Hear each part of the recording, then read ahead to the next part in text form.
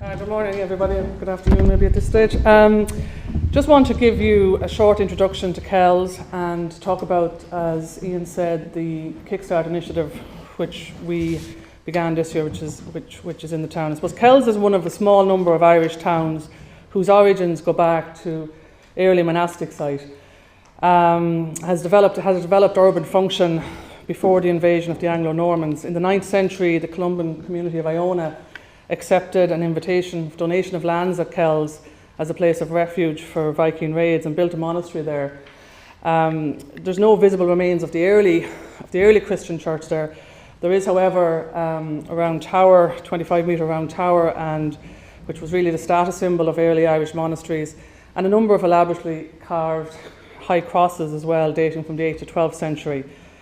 Many will probably know Kells for its association with the Book of Kells, superbly illuminated Latin gospel book. This manuscript was kept in the parish church in Kells until 1654, when a decision by the Cromwellian government to move it to the library in Trinity, where it remains until this day. In the 12th century, a period of kind of Anglo-Norman settlement, it developed a walled market town with 5 gates. And really, you can see from this is a Leo Swan photograph, that very much that early Christian and medieval heritage is still reflected in the street pattern of Kells. In 2010, it was placed on the tentative World Heritage List as part of a serial grouping of early medieval monastic sites alongside Clonmacnoise, Durrow, Glendalough, Inishcaltra and Monaster Boyce. And I suppose the town's kind of present character very much visual characters very much formed in kind of the late 18th and 19th century. There was little enough development in the town in the 20th century. It serves as the administrative area for North Meath. The 2016 census records a population of but just under 6,500, but within 15 minutes of the town there's a population of 55,000. So I suppose recently connected well to Dublin via M3 corridor, and also there are currently about 236 businesses in the town and companies registered within Kells, and about 40 of those fall under the category of retail, and there's about 44 employers in the town that would have employees of 10 or more people. It's classified, if you like, in the regional planning guidelines as a moderate sustainable growth town. So that kind of gives a little bit of the kind of context of Kells. It was very much I suppose, one of the challenges that Meath and indeed a lot of the counties would have, particularly in the Greater Dublin area, is retaining and building up employment within the county. We have a lot of people who leave the county every day to go to work, so we have, I suppose, a commuter population, which can be difficult then as well in terms of regenerations of towns. In 2011, a group called Kells Local Heroes formed, and they really took their cue from programmes that were going on RTE at the time and activities in Drogheda, and really got together as a group, very much themselves, very much community driven, and started to work really towards about what they would like to see for the vision for Kells, what they would like to see happen in the town. And very much began slowly and brought all the groups together. They were kind of an umbrella group for a huge number of community organisations, voluntary sectors in the town, and then began to get on the ground, get on the street, clean up areas, begin by painting up buildings. The Kells had a high level of dereliction in some of the buildings, and again, that use, particularly on the upper floors as well. So again, not too dissimilar to some of the stories you've heard this morning as well. But then they began to kind of look a little bit further and begin to, really look a little bit more ambitiously for their town and really look at what's unique about Kells and why they wanted to celebrate that. And began then a series of presentations and seminars called The Bigger Picture.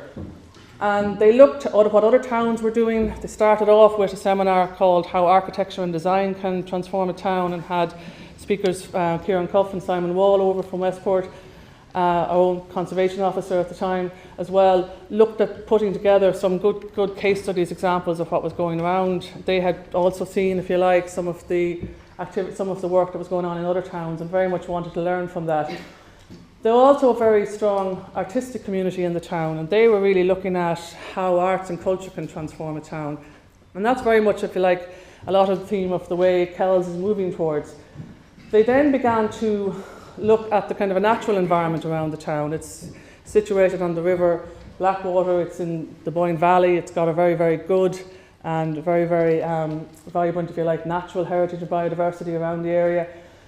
So we, the County Council, through Heritage Council funding, developed a number of community biodiversity plans. And again, these were community-led plans where we got an ecologist who went in, facilitated workshops with the community, started to come up with actions and projects that communities could do. That was launched at a seminar then in the Guinan of Kells, where they started looking at the whole integration of built and cultural heritage.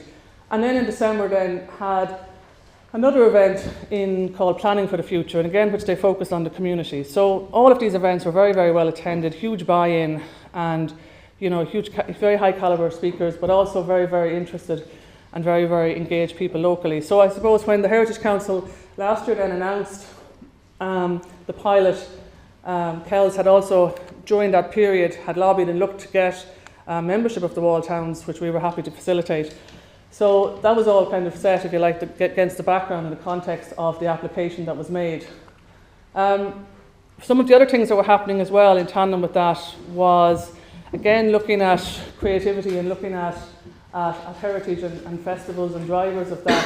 A group from Kells managed to go to the Hay Festival in Wales and get a franchise of that internationally branded and known, the only literature festival, and that began in 2013 and ran very successfully for three or 4 years. So that was a huge boost, if you like, to Kells, because for a town of that size, to get that level of exposure and to get that level of activity, it really kind of elevated it a little bit in terms of what they thought, what was possible and what they could do with very, very modest investment and very, very limited resources themselves as well. That has now migrated, if you like, and they've set up themselves, the first year of it last year was Hinterland, and again, very, very successful. So they had built the audience, and the audience stuck with them, and now that's kind of very much established on Ireland's cultural calendar. Also as well, they have an international documentary film festival which runs in the summer, and it runs out of Headford House, and again, that has been very successful and a great addition to Kells for a town of its size. And equally then they have, running for the last 8 years, celebration of Kells as, lettering as an arts form, and harking back to its origins and harking back to its culture and heritage, a type trail where every year a word is selected and there's public installations all over the town, and again it runs for 6 or 8 weeks during the summer.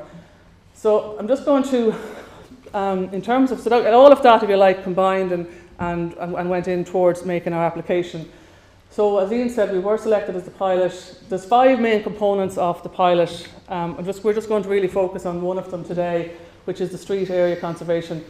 And I'm just going to hand over, the other elements were conservation training, retailer training, solving your own problems weekend, and then of course the ongoing support of the project programmer and officers here in the Heritage Council, which has been vital really to the success of it. I'm just going to hand over now to my colleague Robert, who's going to talk about the street area conservation programme. Good afternoon, everybody. So where do we start with a town like Kells? Essentially, the town centre has moved or graduated slightly to the Athboy Road you can see here on the sort of southwest side. So we found, on quick, careful analysis, just on even entering the town, you realise that the historic core, which we're showing here in the dotted centre, had actually sort of lost its life to a certain degree. There wasn't that many vacant properties, probably out of about 25, we probably had about 2 or 3 maybe. The rest were mainly commercial retail uses, with I think 2 to 3 people living as residences as well. So what we were finding is even the post office had relocated to a street down here called Bective Street. So people were using the town centre essentially a lot less than they would have done in the past. So it became a key area for us then to renovate, rejuvenate, I suppose, in some ways. utilising the historic buildings that are there. What we found is that we honed in, because of the criteria of the Kickstart scheme, all the buildings had to touch each other and be visible essentially from each other as well to make the most impact essentially. So we chose 25 buildings, a complete mixture of mainly sort of 19th century, mid-19th century shops with residential above. We had one, number 20 in the centre there, is an Art Deco building. 23, 24, two Georgian houses. So a nice little mix really of a few different types of buildings. So the fundable works were essentially, we had a limited budget, so potentially sort of 50 to 100,000, so not very much at all. And we had to basically, we were given the sort of onus to make an impact as a Kickstart project as well. How would we actually sort of create an impact straight away in the town centre? So to coin a term really, it's very difficult in some ways, where some of the buildings on careful analysis had a lot more work needed to be done to them than just a paint scheme. So it was a difficult process to try and sort of resolve that in terms of what we could do in terms of maybe some plaster repairs, some chimney repairs, some railings, steps, fan lights, doors, windows, all of those things really that we didn't really want to go and paint straight away if the underlining sort of raison d'etre was to actually repair them in the first place. So it was a difficult sort of decision-making process to try and identify within those 25 buildings what's key and important to do first. These were the fundable works. They included painting of the building facades, cleaning off the roofs, repairs to pre-1939 was a sort of cut-off point for us. We just got in there with our sort of Art Deco building as well. So the funding we had was about 50,000 from the Irish to World Down Networks, and then match funding from Meath County Council, thankfully, as well. Loretto seems to be the sort of day-to-day contact. I jumped in for some technical help here and there. So we thought the first thing to do for our application, we had to do a structure form. So essentially a quick analysis of each of the different buildings. Quickly went around, analysing, you can kind of make it out here a little bit, what the budget would be. Again, 25 buildings, 100,000 to spend, 4,000 each. It's not an awful lot of money. So you have to be very sort of careful as to how you spend that. So looking at the different buildings, its status, its building description, which was easy enough to draw down in terms of our own sort of files and stuff, but also looking then at categorizations of repairs and categorizations of how we would spend that little bit of funding for each one, giving us a total cost for each. This was also a really good way then of identifying with the owner of each building what was important for them to sort of focus in on in terms of the Kickstart project. And those varied from one building, maybe it was just a paint scheme, to another building where you would have maybe two chimney repairs, potentially 3 new windows, so it varied between each one. We then got a digital, where we went out and took photographs of all the different buildings and looked at the streetscape in general. As you can see, we had sort of a complete mix. And we found this is quite a colourful shot, but we did find that for some reason, and I find this with some Irish towns too, is that grey seems to be the sensible default colour when someone is trying to choose something and they're not really being that adventurous. So we're showing you a few bits of colour here, but the predominant colour we found in most of these buildings was either a sort of a bluey grey, not dissimilar to the wall colour on the wall here. And we felt that was also a bit drab and a bit sort of dull really in terms of the sound centre. So for each of the different building owners, we established the property ownership, who owned it, we contacted them. It was something we were juggling between us in terms of running it as a project as well. And also realising in terms of lessons learned, the amount of administration involved in 25 different projects, 25 different buildings, 25 different owners. It's quite an onerous task. And also in terms of that in proportion to the spend.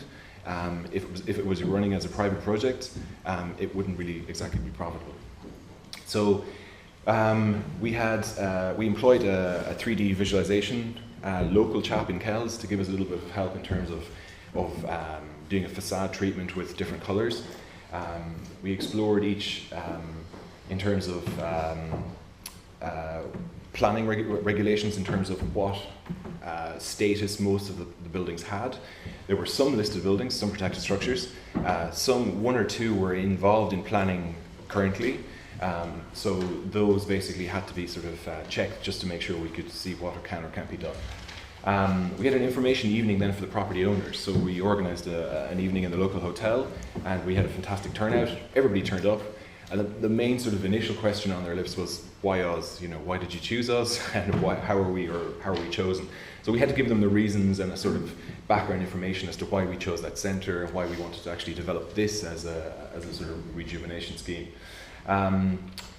We then explored the idea of us procuring the projects and managing it, and how we would do that for such a small little project, but yet with a vast amount of people. So that was an interesting lesson learned for us as well. We realised too that to bring an external consultant in at this point would have been too expensive in terms of the overall spend. We found it difficult in terms of resourcing it to actually run it as well. We checked with our own procurement departments, our own housing department, and it became obvious that the best way we thought of doing it was to mirror something like the grant scheme that we administer every year in terms of the BHIS and Structured Risk Fund. So we thought, well, we approached the Heritage Council and said, well, if we run this as an individual project for each of the different house owners, whereby they come into us, we administer it as a grant system, and then we sort of pay out to each individual person. Essentially then the contracts are between that person and either of the contractors that they employ. So it became less onerous on us in terms of health and safety, PSDP, and those sort of restrictions. So the only thing is then it would come into us, and we would assess those applications in terms of conservation, myself, and then also in terms of planning, in terms of the planning department as to what they were going to get done. So we also explained to them what the only eligible works were considered for funding, and what, naturally building owners were coming in with a list of other things that they had on their agenda to fund. So the key steps, I decided to do a painting specification which would cover the overall work. So a general sort of painting specification document, so that we would be able to essentially have a standard to explain for each individual to their builder, to their contractor who was coming in individually, that they had to be at a certain standard and a certain level in order for us to retain some sort of control over the overall project. So we did that. We also then held a paint colour scheme workshop with an external conservation officer came in with a planning officer, where we looked at the colour palette, and we had an artist involved, a local artist too. And we looked at things like the Book of Kells, the colour scheme that's involved in it, heritage colours of that period, and eventually we came up with essentially 25 different colours, 25 different schemes that all sort of melt together as one. So our visualization guy again, who got involved with us, basically did a scheme for each of the different houses. So each individual scheme then it was a case of then going out to each individual owner. So I went out to each individual owner and basically explained the colour scheme to them. 99% of them are completely positive about it. They weren't really that fussed, as long as we were doing something. There was a lovely chap in his, I'd say, early 90s, who couldn't get his head around the colour blue we were proposing, so we had to show him some pictures of it, which he's now, we won him over. We had an architect involved already in one of the other buildings who we had suggested using a yellow, and she was just not keen at all, so we worked with her in terms of changing it into something different. So it was working with the owners and their professionals they had involved. What I would say too, though, is we did point some of the owners to the direction of a local architect if there was an element of works that required some detailed drawings, such as the chimney work if they needed something specific, or we had some fanlight repairs done as well. Yes, that was really the more technical aspect. I'll hand you back to Loretto. Okay, cheers. So that's kind of details, if you like, the work that's been done to date so far. Also in November, as part of the pilot, the Heritage Council facilitated a very successful weekend. It was a 2-day workshop, identifying where they brought in a number of mentors to work with people in the town, looking at various aspects: public realm, parking, traffic, tourism, culture. About 150 people attended over the 2 days. Part of it, first evening was seminars, second evening was in a hotel, workshopping around what they'd like to see for the vision, what they would like to see for their town. Each of that, on the Saturday, it involved a 2-hour walk around with each mentor, split up into groups. So very, very productive in terms of what came out of that. and huge energy and huge enthusiasm, and that's kind of the next step, if you like, is getting that report, bringing that report, working through then some of the actions that's come out of that. Also, there's been other work going on in the town as well, in tandem with Fáilte Ireland. We're looking at reopening the old courthouse as a visitor point, and again, that's something that went in just before Christmas. So all of this, if you like, has come together. In terms of just as a kind of a sum up, I guess a lot of it's been touched on already, but organisational buy-in is important in terms of the local authority's involvement in this. Obviously, the local authority being many, many sections, it's important that those sections work together. Community support and engagement is vital, really, and it's vital to have that, and it does take a while and it does take time in terms of investment in energy into doing it, but it's certainly worth it and you certainly get the return from it. Timeframes, as always, you're again, particularly from architectural projects, that they are challenging. Budgets are always within the year, so it's something that's an ongoing issue. Ongoing conservation advice and support is really, really important, particularly for the owners and particularly for any works that are going on. And I suppose in that end, Robert spent a lot of time talking to individual owners, upskilling some, all of that. So again, we have training now coming forward next month for all of the owners and anyone else in the town who wants to go, in terms of looking at just seminar and historic buildings. Heritage Council support again was very, very key. Holly and Liam worked with us really all year and had many visits to Kells and came down evenings and met with people, and really that was well received, but also very important in terms of getting that support and having access to that support, because the network gives a wider support. And again, we're conscious that there's many, many towns out there who've done a lot of this work, so it's a process of learning from that as well. And communication is very, very important. Obviously to communicate with both the owners and the occupiers, which in many cases are not the same people. So again, having those channels and wider communities, and obviously keeping the elected members informed as well as what was happening at every step of the process as well. So I just want to say thanks to them again, and that's really us. That's us. Yep, that's all.